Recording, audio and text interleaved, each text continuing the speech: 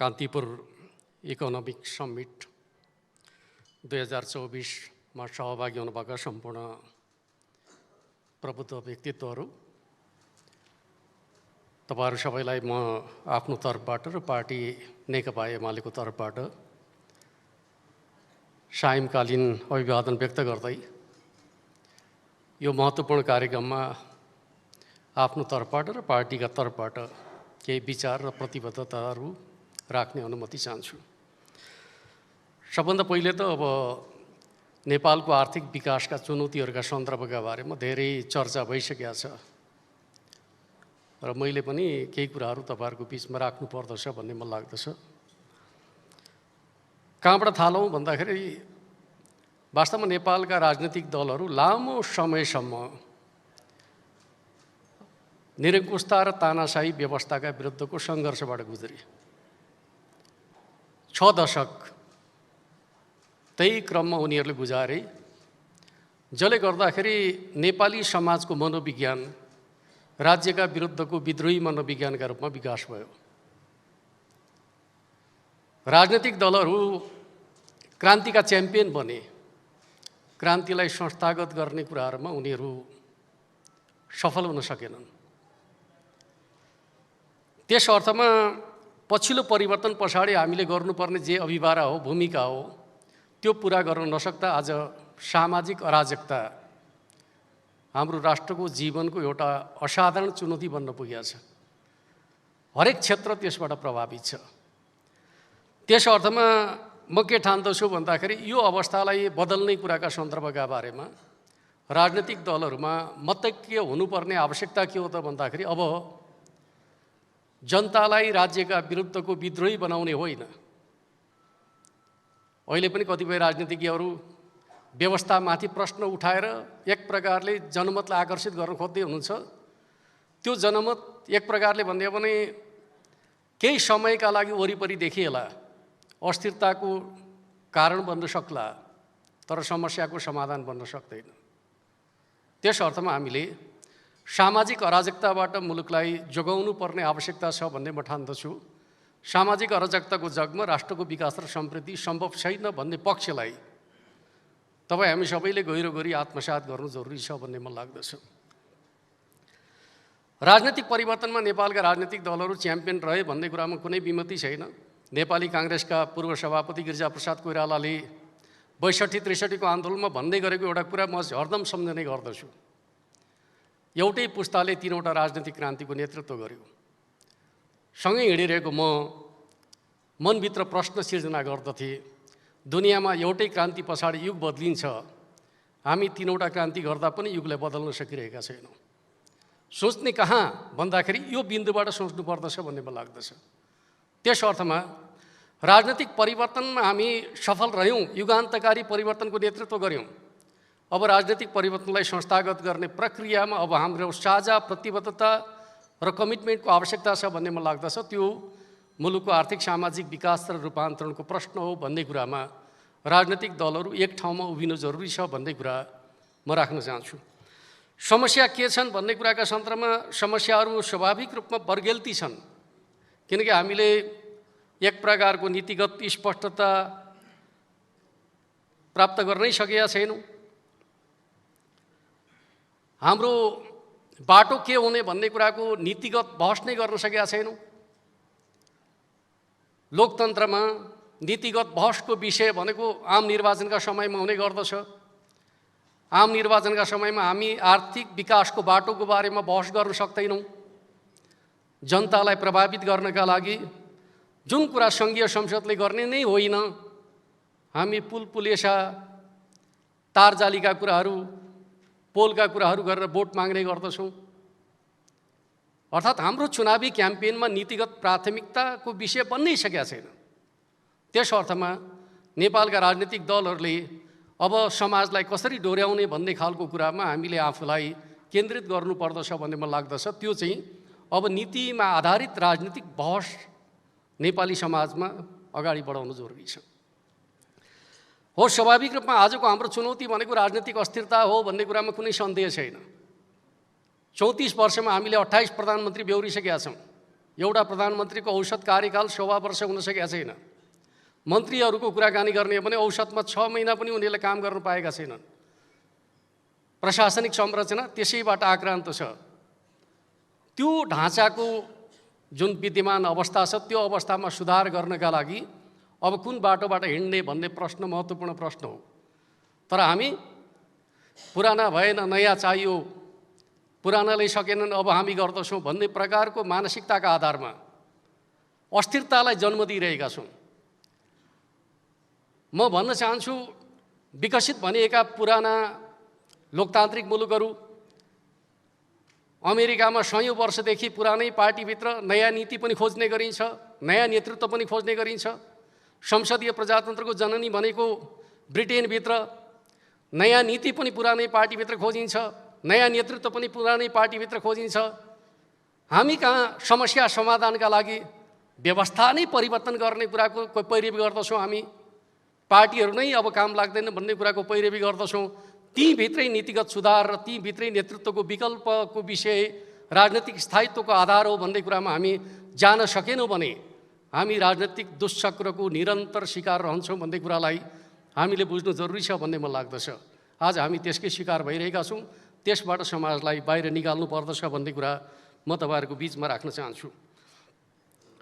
अर्कोतर्फ स्वाभाविक रूपमा हामीले एक प्रकारले भन्दाखेरि चाहिँ नेपालका राजनीतिक दलहरू जो विचारधाराको जगमा निर्माण भएका राजनीतिक दलहरू हुन् उनीहरूले राजनीतिक क्रान्तिलाई नै लक्ष्य जस्तो ठान्न पुगे र उनीहरूका नेता कार्यकर्ताहरू राजनीतिक क्रान्ति पछाडि आफ्ना अभिवारा पूरा भएको अब त लोकतान्त्रिक राज्यले नै सबै गर्नुपर्दछ भन्ने मान्यताका आधारमा संगठित शक्तिलाई समाजको रूपान्तरणको माध्यमका रूपमा प्रयोग गर्ने कुराबाट चुकिए।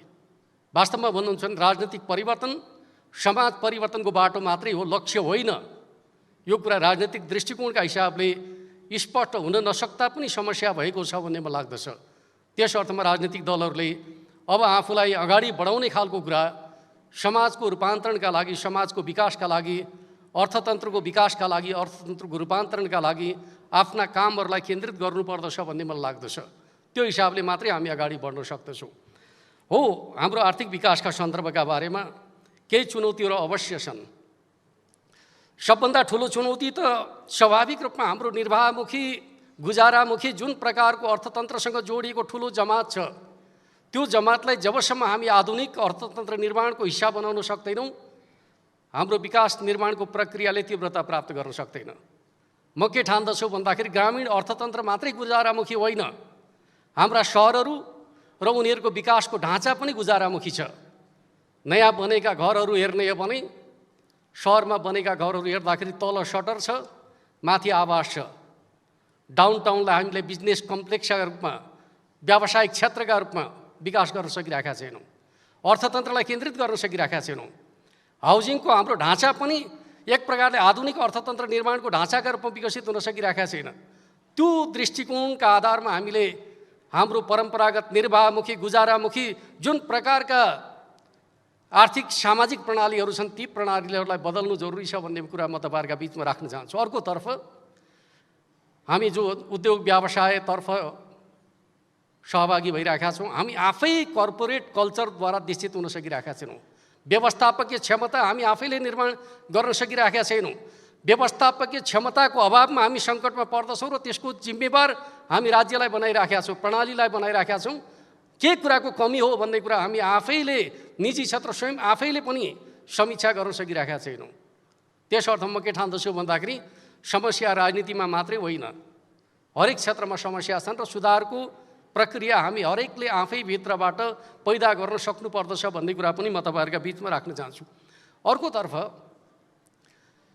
हामीले बेहोरिरहेको समस्या भनेको कस्तो प्रकारको छ भनेर भन्दाखेरि म तपाईहरुलाई भन्न चाहन्छु, हामी आयातित बजार प्रणालीमा निर्भर बनिराखेका छौँ। व्यापार व्यवसायको कुरा गर्ने हो भने आयातमा आधारित बजार प्रणाली छ। जबसम्म हामीले उद्यमशीलतामा आधारित, सेवामा आधारित बजार प्रणालीको विकास गर्न सक्दैनौँ स्वाधीन अर्थतन्त्रको निर्माण हुन सक्दैन। आयात घट्यो भनेर हामीले चिन्ता गर्नुपर्ने अवस्थाको अर्थतन्त्र कर किन घट्यो भन्दाखेरि आयात घटेका कारणले, बजार किन गुल्जार हुन सकेन भनेर भन्दाखेरि आयात घटेका कारणले, यो प्रकारको हाम्रो जुन मानसिकता छ त्यो मानसिकतालाई बदल्नका लागि हाम्रो बजार प्रणाली उद्यमशीलतामा आधारित, हाम्रो बजार प्रणाली सेवा उद्योगमा आधारित बजार प्रणालीको प्राधान्यता निर्माण गर्ने कुरा चाहिँ व्यवसायी र उद्यमीहरूको प्राथमिकताको विषय बन्नुपर्दछ भन्ने मेरो आफ्नो मान्यता रहेको कुरा म तपाईँहरूको बिचमा राख्न चाहन्छु। अर्कोतर्फ हो हाम्रा संरचनागत प्रणालीहरू,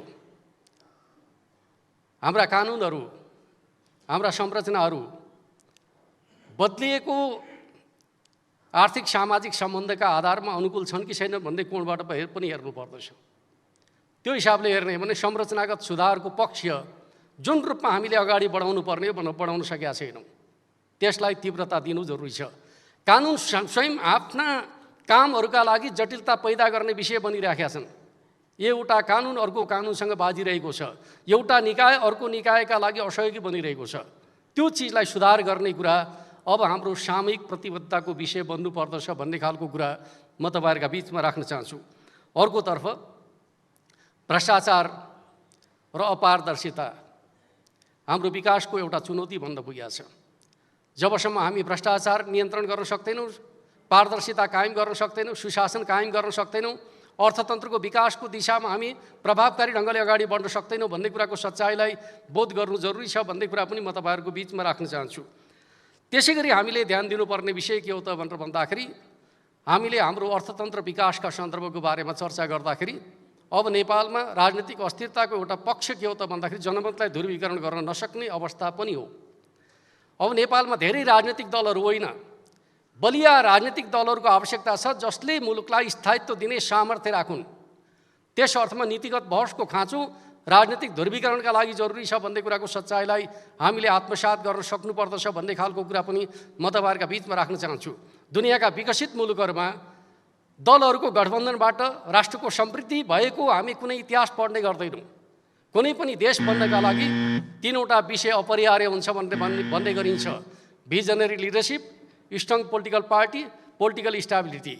यी तीनवटा चिजहरूको सुनिश्चितताका लागि आज जस्तो प्रकारको राजनीतिक दलहरूको एक प्रकारको दुकान खुल्ने खालको प्रवृत्ति अगाडि बढेको छ, एउटा समयमा एकातिर लहर अर्को समयमा अर्कोतिर लहर, सधैँभरि अस्थिरताको दुष्चक्रमा नेपालको राजनीति पर्ने जुन प्रकारको अवस्था छ, क्षमता भएका हस्तक्षेप गर्न सक्ने मान्छेहरू नयाँ पार्टी खोल्ने होइन, भइरहेको संरचनाभित्र नेतृत्व गर्ने आँट गर्ने नयाँ पुस्ता तयार भयो भने मात्रै मुलुकलाई सही दिशा प्रदान गर्ने सामर्थ्य राख्दछ भन्ने म ठान्दछु।